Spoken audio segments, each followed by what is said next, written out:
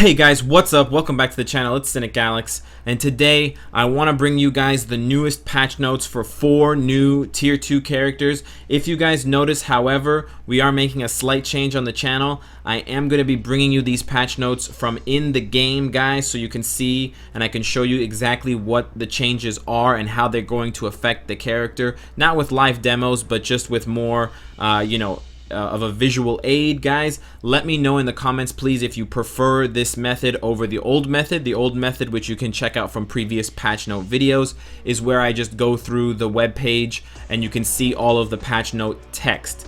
I just feel like there's an opportunity here, and this is an opportunity now to change it up and try something new. And so I want to hopefully bring something better to you guys. But if I'm not, and if this isn't what you like, then let me know, of course, in the comments. Let's get into it, guys. Number 1 on the list, we have Niko, aka Sister Grimm. So what is Sister Grimm getting for her tier 2? Well, we have said in previous videos and live streams that Niko is very squishy and that her clones just don't really cut it anymore. They don't take any aggro away, so you still have to kite a lot, and she gets hit and then 1-2 times and she's fucking dead.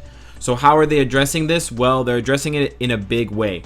Now, it's skill dependent, so it's not the best tier 2 out there, but let's have a look. When she uses her rock and roll skill, which is her 6-star skill, her number 5 skill, she's going to get the following upgrades, guys. She's going to get the following buffs applied to her character. She's going to get a max HP recovery of 10%, which is not bad. It's comparable to Camilla Khan's passive 10% buff. If you've used that before, you know it's not that much, but if you upgrade it with the right obelisks, it's not so bad.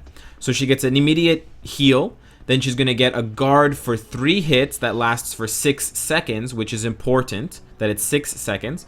Okay, so 3 guard hit plus the heal plus an increase to all of her damage for 10 seconds. So that's a pretty generous buff. That's a lot. That's 3 big ones on 1 skill, and that's basically giving you a lot of survivability plus a DPS bump. Now, the 6 seconds on the 3 guard is important because this whole tier 2 effect called Blood Magic has only a 3-second cooldown, which means that if you can get rock and roll down to less than 6 seconds and you don't get hit a lot, you could be, always on guard. So rock and roll has a skill cooldown time base duration of 15 seconds. With maximum skill cooldown, you can get that down to obviously 7.5 seconds.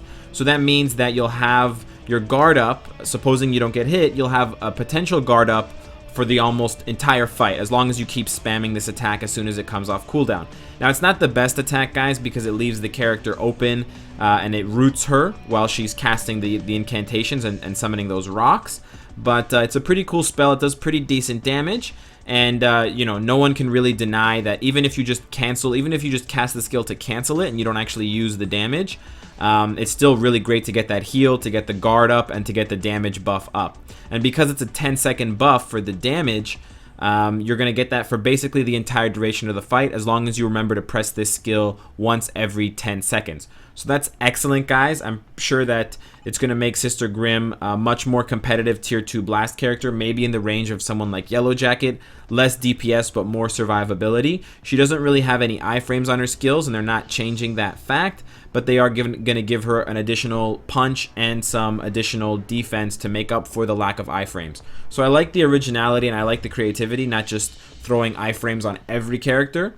And so I can't wait to see what that is. If you guys don't already have the uniform, you basically must get the uniform. It's a huge DPS boost for her, and it's a great looking one too.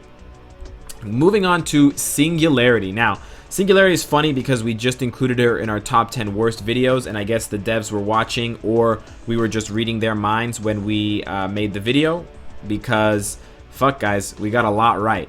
So let's check out what they're giving to Singularity. So her tier 2 passive is going to be active all the time. You don't need to activate it with a skill or with certain conditions. It's just always on. And it's actually a mixture of 3 different tier 2s, or 2 different tier 2s and 1 4-star passive. So what is Singularity getting? For her tier 2, she is getting Doctor Strange's passive skill, which is a 100% chance to pierce with a barrier effect. That means it will pierce skills that have guards, like Loki's shield, Silk's shield, and it will pierce those physical and energy shields that certain characters generate and that certain obelisks generate. Very strong skill, very good in PvP. Singularity is also getting a massive 40% increase guaranteed dodge. That's a humongous survivability upgrade, guys. Humongous what? Fucking humongous. For comparison, guys, it's very difficult to hit Black Widow when she has her tier 2, and she only has a 35% guaranteed dodge. So that's a huge upgrade for Singularity. In addition, she's also getting a 40% increase to skill damage and a 30% increase to bonus damage. Again, for reference, a blast character like Iron Man has actually a little bit less, or slightly more, 42% increased skill damage and 30% increased bonus damage. So Singularity basically gets all of Wasp's survivability tier 2, plus Iron Man's DPS tier 2, plus Doctor Strange's 4-star passive, which is a fucking humongous, huge, massive, throbbing tier 2 passive upgrade. But that's not all, guys. They're actually throwing more onto the fucking Singularity hype train. And guys, get aboard because it's going to be a fucking blast. So she's basically getting a rework on all of her skills in some way or another. For the first two skills, they're getting a range increase and a tracking increase because they got missed a lot, or they kind of just flubbed up and didn't hit the target that they were intended for, which is good. That just means you're going to hit the shit that you want to hit more accurately. Then for her Supernova skill, which is a really great pull CC effect, they're dropping the cooldown by 1 second to 9 seconds.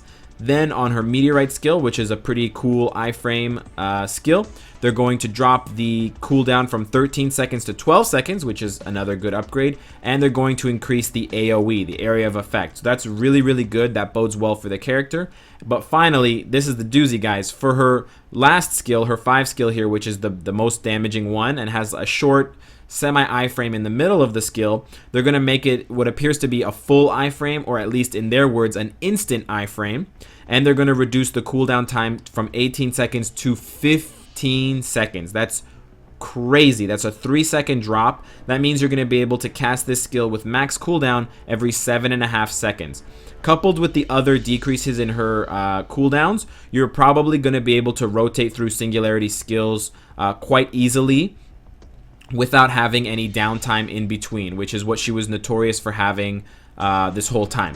Now keep in mind, guys, these skill changes are going to happen whether you have her at tier 1 or tier 2, so you will be able to see those benefits and reap those rewards immediately. You don't have to tier 2 her to get those cooldown times and the skill changes. The tier 2 is only for the stuff that I talked about at the beginning about the dodge and the damage and the pierce, okay?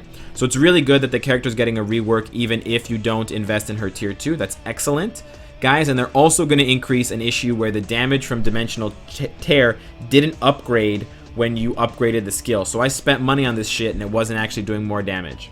So thanks, Netmarble.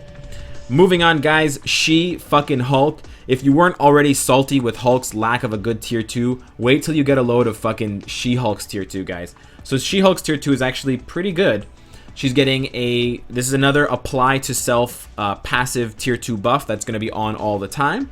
She-Hulk is going to get a massive 25% increase all defense plus super armor, which is excellent. I think that makes you immune to guard break or the kind of like stun locking mechanic. She's also getting an increase to skill damage of 20% with a 15% increase to bonus damage, which is not too shabby. It's low, but it's still a little bit of a bump in the DPS. And then she's interestingly getting an 18% reduction to all damage received. So She-Hulk is going to have a flat ignore damage 18%. So all of the incoming damage just gets immediately knocked down by 18%. That's huge. That's the kind of tankiness we expect from the Hulk family of characters. And it makes me sad to see, obviously, that Hulk's tier 2 just sucks in comparison. I know he has, obviously, a bigger, actually he doesn't. This is just a piece of shit. Physical attack 25% is not even that good. I'm sure physical attack 25% is not that much better than 20% increased skill damage, 15% increased bonus damage. The all speed 25% is useless, and then the super armor all defense 40% only lasts for 8 seconds, whereas She-Hulk has a 25% all defense super armor that's on all the time, and she has an 18% flat reduction on top of that. So my prognosis from this one, Doctor, is that She-Hulk is going to be tanky as fuck. And that's awesome because that's exactly what these Hulks should be. But that's not all, guys. They're also going to be improving her skill animations and skill effects.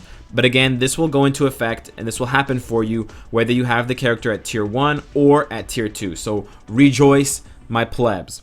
So what is she getting? She-Hulk is getting her cross-examination 3-star skill, which is where she spins that briefcase around in a circle like a fucking spinning top, Yamaka, Lahoim style, you know, Shalom. She's going to be CC immune during that time until the animation is finished, except for time freezing. So what that means is if you're doing this attack and then the enemy venom hits you with a fear or a stun, it will not affect you. The only thing that will still stop you from finishing this skill is the time freeze. Now, it doesn't mean that she can't be like interrupted if the character does an iframe and she loses targeting. That will still happen, but she just won't be very easy to CC in stuff like Shadowlands. And that's really good for those PvE modes that have a lot of CC because it makes the character harder to stop and harder to slow down when she gets going. And when She-Hulk gets going, oh, shit gets real fast. Then for her objection, her 4 skill, she's getting a area of effect or an AoE increase, which is pretty cool because it seems like a very single target damage skill right now. But most importantly, guys, for the fucking taxi throwing ability, this fucking taxi driver, who you talking to? You must be talking to me because I don't see anybody else here. Robert De Niro in his prime. What happened to that actor? Damn, he makes bad movies now. This skill, this Exhibit A, is going to be an Exhibit fucking iframe. It's going to be an Exhibit I. They're going to add an iframe to this skill when you use it, which is excellent. That's what people have been calling for She-Hulk for a long time. This skill is awesome. The damage is good. The animation is fantastic. And it just sucks that she gets hit, you know, before, during, and after that fucking vehicle attack. So it's really great that they're adding that iframe. Excellent decision by Netmarble. Really great. Last but not least, guys, getting thrown in with the A-Force is our main man, Black fucking Bolt, previously seen in my DC Legends review video. If you haven't checked that out, guys, I do mention him there for some bizarre reason. Blackbolt is also getting a fucking smorgasbord of upgrades, but let's start with his tier 2 upgrade, shall we? When he uses the quasi-sonic scream, so this is an on-trigger effect, this is not a passive effect. This is basically the same as or very similar to Elsa's tier 2 ability. When he uses his 5 ability or his 6-star skill, he's going to get an increase to ignore dodge of 50% for 10 seconds, which is a lot. So he's going to get Bullseye's leadership when he uses this skill for 10 seconds. He's also going to become immune to damage for 5 seconds, which is excellent. That's the exact same immunity that Elsa has, and that's the same immunity that Corvus has on his 6-star skill, which is really good for Universal Hero. And then he's also going to get an increase to skill damage and bonus damage of 35% and 30% respectively. So using this skill will give you immunity for 5 seconds, which cannot be debuffed or pierced. And it will give you a huge damage increase, and it will give you an ignore dodge increase, which is really good for PvP and Shadowland. So whoop-de fucking do. That's already really good. And all of those skills only have a 3-second cooldown, but they last for 10 seconds each, and the immunity lasts for 5 seconds. So if you can get this skill down to, you know, enough to less than 10 seconds, if you can get it down to less than 10 seconds with the cooldown, which is very easy to do these days, you're going to be able to have that damage and that ignore dodge buff up all the time, which is really good. But that's not all. In addition, guys, Blackbolt is getting a rework on some of his skills, similar to Singularity and She-Hulk. What is he getting? Quite a lot, guys.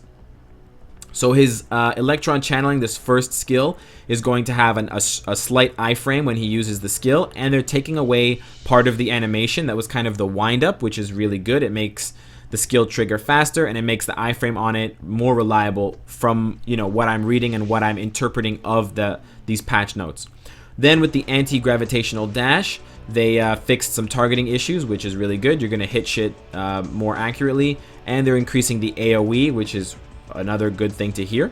Then with his power word, they're changing the cooldown from 10 seconds to 9 seconds, which is good. It's going to make his skill rotation tighter and better for things like Shadowlands, with Blackbolt already serving as a pretty good stun lock character. Then they're going to change his Brutal Whisper, which actually I forgot that it gave a 10% HP shield. That's actually really good. But they're going to make it even better, guys. They're going to make it track the target. This is huge. This is exactly like the change that they gave to, I think they gave this change to Vision, or they just had this on Vision from the beginning and people were salty because other characters didn't have this. But basically, Vision's solar energy beam will track the target around as they move, like Thanos's beam as well. So they're going to give that tracking to Blackbolt's 5 skill, or his 4 skill, 5-star skill, which is really, really good, guys. Finally, guys, for the skill that you're going to be using to trigger his tier 2, they are going to increase the range, which is already fucking massive, and they're also going to be decreasing the cooldown from 15 seconds to 12 seconds. That's really, really important, guys, because decreasing this cooldown from 15 seconds to 12 seconds means that with 50% skill cooldown, you can get that 12 down to 6 seconds. Now, if you remember from before, this skill triggers a 5-second damage immunity. So just like Elsa's 6-star skill, you're going to be able to have immunity up for 5 seconds every 6 seconds. So that means it's going to be very difficult to die with Blackbolt in something like Extreme Alliance Battle, which is important because if you go to Extreme Alliance Battle, you will see that there is this Universal Hero Day that a lot of people have been struggling with because they don't have characters like Hellstrom and Satana, who are basically necessary right now for that mode. So it's really good that Netmarble is obviously saying, hey, we see that there's, there are some good characters missing, some solid Universal heroes missing for you guys to complete this AB mode. So we're going to give you one, and his fucking name is Blackbolt, but don't say his name because he can't talk because he's Blackbolt. So just whisper and just do fucking learn sign language, whatever. So anyways, guys, he's getting a huge bump, and overall, I am super, super happy with all of these patch notes, guys. I know I talked about it a lot, but there was just a lot to get through, and I wanted to cover all of the details. There are just 2 more ideas, 2 more notes, 2 more thoughts that I want to leave you guys with. One, guys, and this one is probably the most important one from the list, is, and let me know if you guys have any idea about this, if you have any advanced knowledge. Will Supergiant's Blackbolt summon benefit from the upgrades that the character is getting for the patch upcoming, guys? Let me know if you know. If it does happen, guys, expect the Supergiant level to be considerably more difficult, but that's already good because it's not very difficult right now. Thank you for the Dimension Rift, bro. And the last thought I wanted to leave with you guys is this one, and this one's a little bit of a heavy one, guys. So as you can see, we got 4 new tier 2 characters, but what we also got is basically we got 3 new characters. They made drastic changes to Singularity, She-Hulk, and Blackbolt, and these changes are going to take effect whether the character is tier 1 or tier 2. So what this means, at least in my opinion, is that Netmarble is realizing that just giving these characters a tier 2 is not going to be good enough. And I recognize that most of these characters, Blackbolt aside, are not possible to farm. So you can make the argument, you can progress this kind of Neanderthal theory that Netmarble is just boosting these characters because they're kind of pseudo paywall or they're crystal wall characters. But I don't think so. I think they just don't want any more Hulk fiascos. They don't want to create any more like bad feeling in the community, and so they're doing this now preemptively, and they're taking a look at these characters and they're changing things beyond just quick fixes with tier 2s, and they're actually going back and seeing, okay, skill cooldowns are wrong on the skills. This skill was, wrongly coded, whatever, it doesn't work, the aiming is wrong. They actually went back and they looked pretty deeply into these characters, guys. It doesn't, you can't just take a very shallow look at a character and realize you need to take out part of the animation to make the character more fluid to play with. There was probably a lot of testing that went into a lot of these changes that they're making. So it's really, really a good sign, a great sign actually. I didn't want to do that. Anyways, it's really a great sign that they're doing this because there's a sliver of hope, guys. There's a small chance that they may still do it for characters that have already gotten their tier 2s, especially the ones that got really shafted and got really the short end of the stick. So I don't want to say that that's going to happen for sure, guys. I don't want to give you false hope, but I do think that this is a push in the right direction, and this is a sign of maybe things to come. Because if you guys remember with the last big tier 2 update patch with Ghost Rider and stuff like that, there weren't a lot of skill changes by comparison. This is the first tier 2 update where we're getting a lot of skill changes that affect both the tier 2 and the tier 1. So I'm very hopeful for the future, guys, and what that means for characters who kind of suck balls right now. But let me know what you guys think. Let me know if you like this new method of digesting the patch notes. And of course, guys, if you like what you see, I hope to see you again tomorrow. Take care.